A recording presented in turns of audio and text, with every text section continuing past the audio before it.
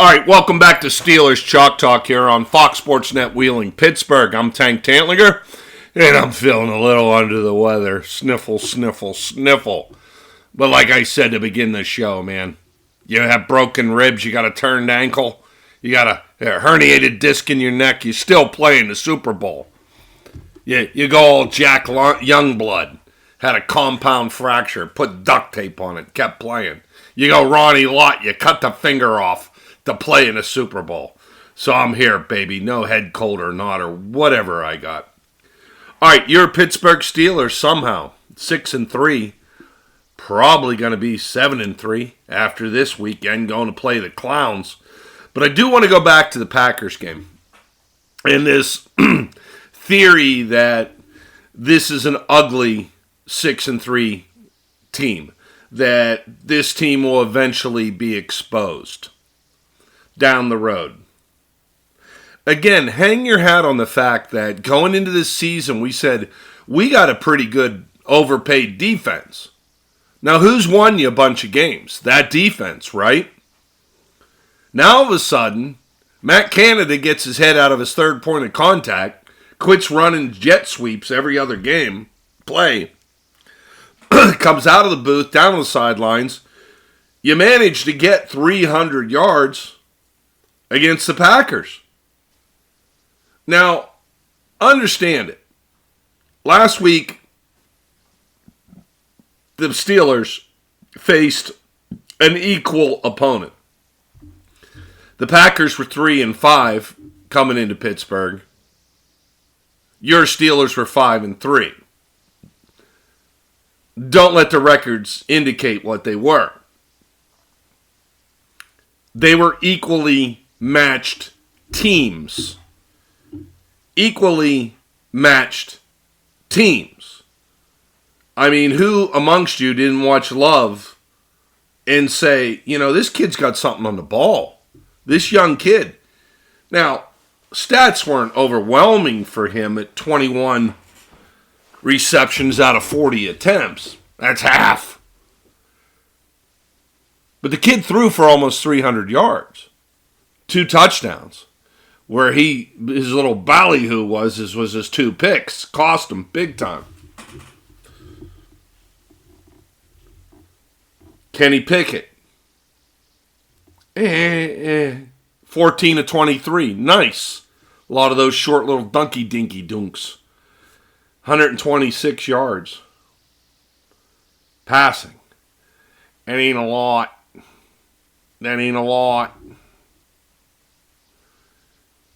So, when you look at the Steelers' win over the Packers, you really got to say this was 2 equally matched teams. Need I remind you of the horrors of the San Francisco 49ers in that opener and how atrocious it looked? Yeah, that's for sure. All right, so the guys who best know what happened on the field, that future Hall of Famer, that guy who they're going to put a 5th face on Mount Rushmore for, number 90 down there, Superman, and a couple of the other cats after the game had some things to say. Let's catch up with the boys after their win in the locker room. You weren't able to hit on more of those downfield throws. We had opportunities, we just didn't connect on them. Had the one down the left side of Tay, had a good back shoulder to George, which was a really good play for us. Just wish we had some more opportunities to do so. But we got the win, which is the most important thing. Did you get a look at all at the penalty on Austin? I saw the replay. In game, you have to flip to the next play quick. It's tight in that situation. I think it's tight, but it is what it is. Kenny, as a player, what do you appreciate about the way Jalen plays the game and runs? I think just as a teammate, the way he goes about his business, how hard he plays, the way he practices, the way he goes about his business. One of the best teammates I'd probably say I've had in my career, football playing career. So can't say enough great things about 30 and what he does for us. Have you thought much about being 6-3? It feels good. I'll tell you that, it feels good. Got to enjoy it, and then we have a really tough road test, division road test coming up. So our full focus will be on that. Obviously, that penalty did wipe out one, but what can you guys do to use the middle of the field more at this point?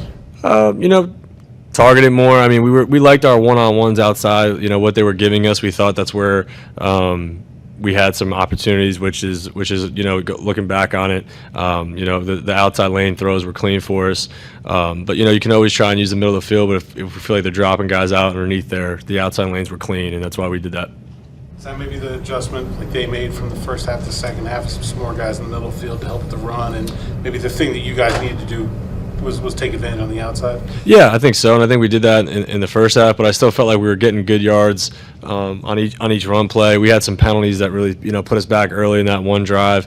Moved the ball well. Just want some execution to get us in the end zone and not make it so tight. All right, so that was the quarterback, Kenny Pickett. And I think there's two things here that you really got to hang your hat on. Number one, the emergence of Jaylen Warren. Well, emergence? To Matt Canada, Jaylen Warren's an emergence. You knew it the second Steelers Nation you saw him after 2 games last season.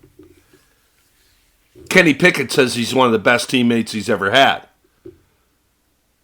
I'm going to say he's one of the best running backs I've seen in Pittsburgh in a long time.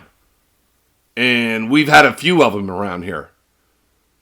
I mean, this guy, if he continues to have the career and perform at the level he's doing, this guy's destined for at least the Steelers Hall of Honor. That's a big statement. But we've seen flashes in the pan before. Remember Mendenhorst? That idiot? Something's wrong with him. He got hit in the head, the stuff he says.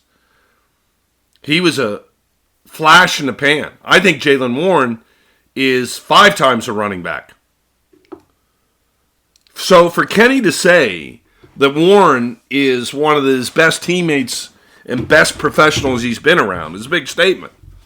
Now, Matt Canada, it took him a season and a half to figure out that he has a 1-2 punch. But that's neither here nor there. Kenny Pickett also said, if you heard it, about the middle of the field. All he was doing was parroting Matt Canada. Oh, they kept giving us the outside lanes.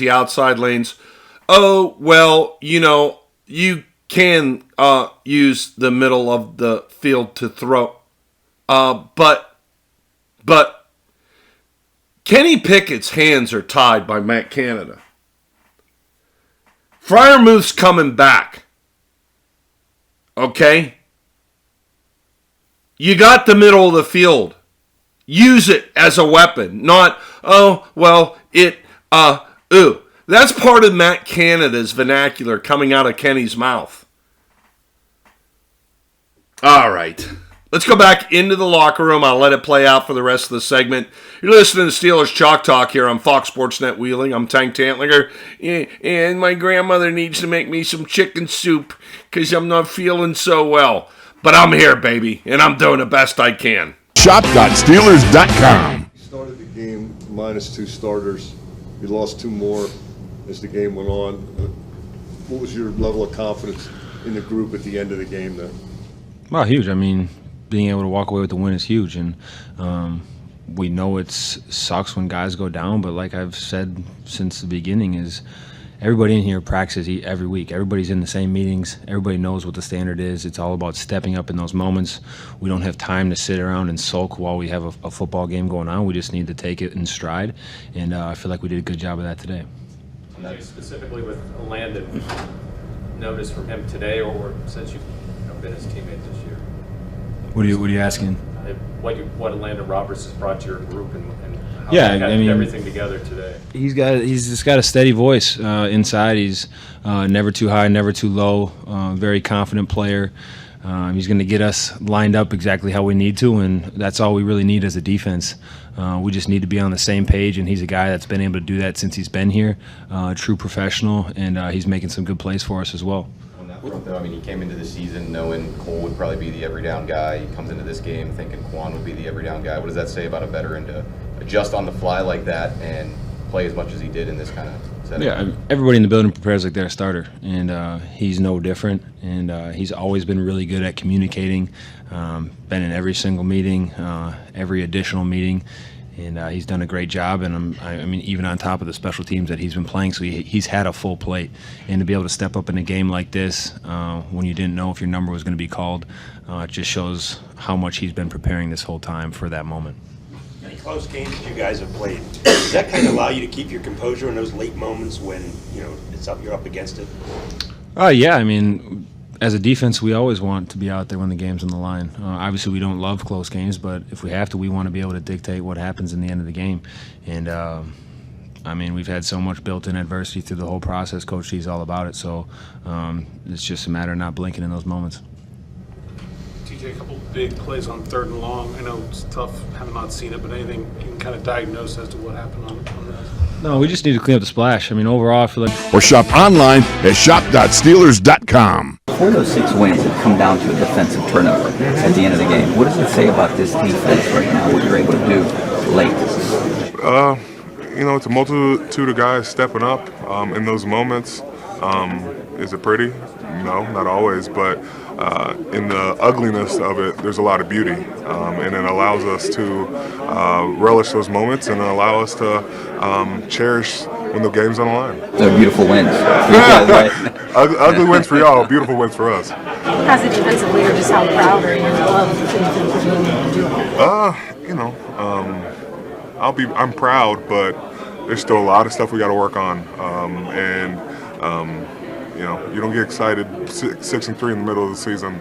A lot of football to be played, and 6-3 is a good mark, but a lot of football in front of us. A lot of guys stepping up in different situations, so we got to address the problems and just keep growing from it. What are some of the problems that you'd like to have? I think we could be more stout in the run game, communication-wise, and the inside linebacker position is ever-changing. Quan Alexander goes down today, Cole Holcomb last week, Atlanta Roberts had to step up. You had Mark Robb in there. There's a hub of communication that comes from that we got to continue to keep getting better at. And that's not just from them, that's from the D-line perspective, the safety perspective. Everybody's got to communicate at a high level, especially to just take a lot off of their shoulders. And I think we can just be better at our blitzing and our timing of stuff. And I think getting off on 3rd down, I thought we were a lot better this week than the week before, but that's something you always got to improve on. Halfway point, how do you feel? Halfway point, how do you feel? Well, yeah, how do you feel? I know obviously there's some things to work on, but I mean, I guess if you look at the record, you got to feel pretty good. I feel sore. I think you never want to just say, "Hey, we're 6-3."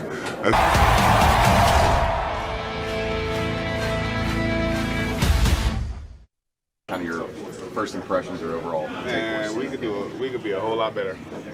Tired of close games, man. We just need to communicate more out there, man. All of us are confused today, including myself. More people going down, so the next man up.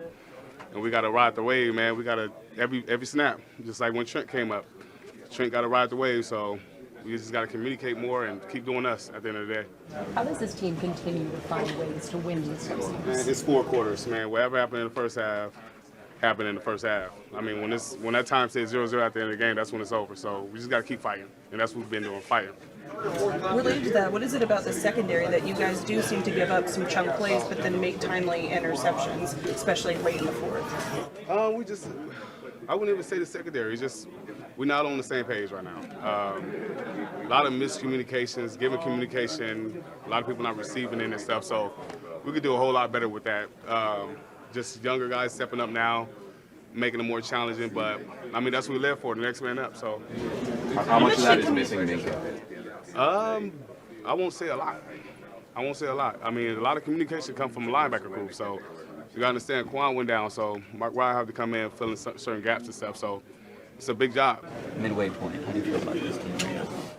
I feel like we're doing well. I mean, obviously there's stuff to improve on. I mean, we didn't play our best game. Defensively, we let some explosive plays out there. They got a good run on us.